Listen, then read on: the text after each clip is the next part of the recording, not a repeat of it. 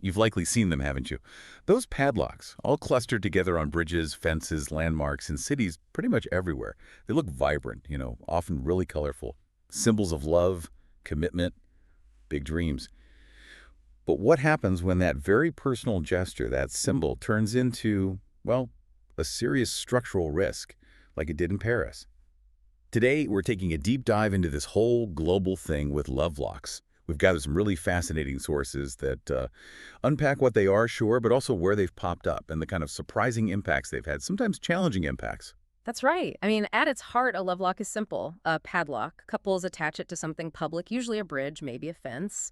It's meant to symbolize their, unbreakable love, and the Mm. key usually gets tossed into a river, a lake, sealing the deal, so to speak. And it's a practice that's just, well, exploded in the last 20 years or so. Really taken off. So our mission here is to cut through all that information and give you the essentials, the key insights. We want you to really get a handle on this unique global trend, what it means to people, but also the unexpected challenges it throws up for our shared public spaces. Okay, so let's get into it. We have these powerful symbols of love, beautiful idea, right? But it's kind of a paradox, isn't it? Something so personal, so full of affection, suddenly becomes this municipal headache.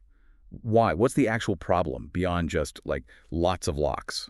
It's fascinating, yeah, because the intention is lovely, it's personal, but authorities, they often see it differently. They might view these piles of locks as, well, basically litter, or even a type of vandalism, and the core issues are really practical. First, the sheer weight, it can seriously damage structures. Second, the volume. Just removing them all costs a fortune, and it's incredibly labor-intensive work. Right. And the most dramatic example of that weight issue, our sources point to the Pont des Arts in Paris. Uh, try to picture this.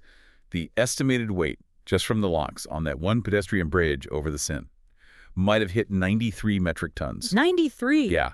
That's like, what, 15 elephants, maybe more, Yeah. just hanging there. And it wasn't just about how it looked, was it? You mentioned damage. Wait, did part of it actually collapse? It did. That's the really stark part of the story.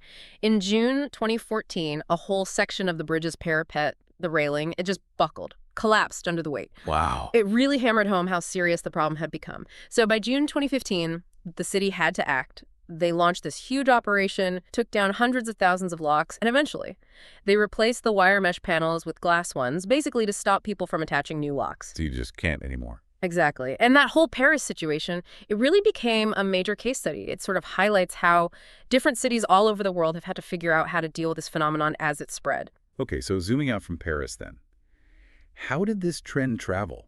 Were some places like early adopters? And did they face similar issues or different ones? Well, you see it pop up in various places and different responses, too. Some spots became real hot spots pretty early on, like the Hohenzollern Bridge over the Rhine in Cologne, Germany.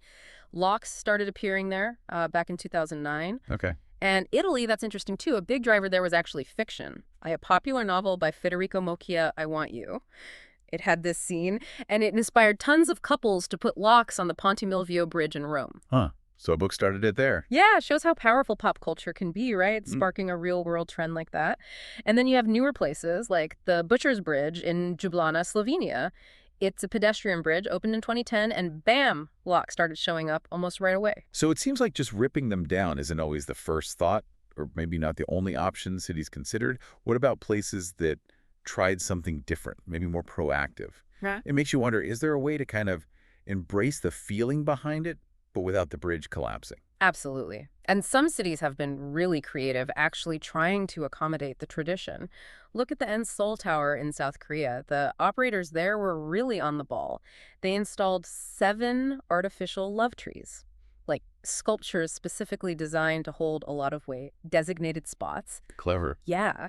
And they even put in a key bin so people wouldn't just chuck keys off the tower. Plus, they swapped out regular fences for glass ones near viewing areas to discourage locking there. That's smart planning. It really is. It's a great example of trying to meet a tradition halfway with, thoughtful innovation. I bet that key bin gets pretty full. Yeah. Are there other spots that tried similar things, maybe slightly different takes? You see similar ideas elsewhere. In Moscow, Russia, for example. Along the Vodny Canal, there's an artificial love tree. It's just one of several big iron structures on bridges across the city, basically built to hold these locks safely. Okay. Then you contrast that with somewhere like Mount Huang in China. There, it's more Yeah. organic. Fences just absolutely packed with locks, and sweethearts toss the keys down into the valleys, a very different feel, more natural setting for it. Right. And then there's a bridge in Vanjaka Banja, Serbia called Most Ljubavi. It literally translates to Bridge of Love. So its name tells you everything. It's a major spot for love locks out of the town's like 15 bridges. Yeah. You also find them on a little pedestrian bridge in Prague in the Malá district. Very picturesque. And echoing Paris again, the Brooklyn Bridge in New York City had tons of locks too. Hmm. But now they're being systematically removed. Safety concerns, maintenance burdens, the same kind of issues. So when you step back and look at all this, what does it all mean? You have this global trend born from such a personal desire, to symbolize love, but it bumps up against the reality of public spaces, infrastructure, from collapses in Paris to custom trees in Seoul. What really stands out to you about how different places have handled it? Well, what's really striking is that core tension, isn't it? The tension between this very romantic, personal gesture Oh, and the hard realities of, well, urban preservation, public safety. The intention behind the lock, it's beautiful, heartfelt. No one's denying that. But the physical impact, the sheer weight piling up, the potential for damage, just the logistics of managing thousands of them, it forces authorities to respond somehow. And those responses, as we've seen, they're all over the map, from complete removal and prevention right. to some really thoughtful, quite creative architectural solutions trying to, honor the sentiment while protecting the bridge or the landmark. We've just taken a deep dive into this really fascinating world of love locks.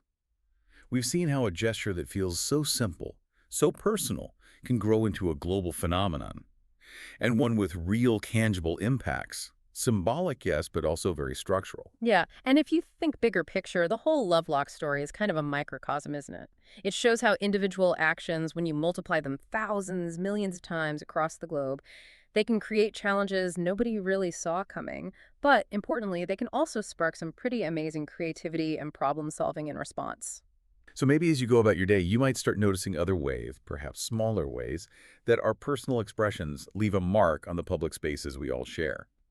What other rituals, maybe ones that seem small or personal to us, might actually have a surprisingly large collective impact, an impact that makes cities pause, adapt, maybe even innovate? Something to think about.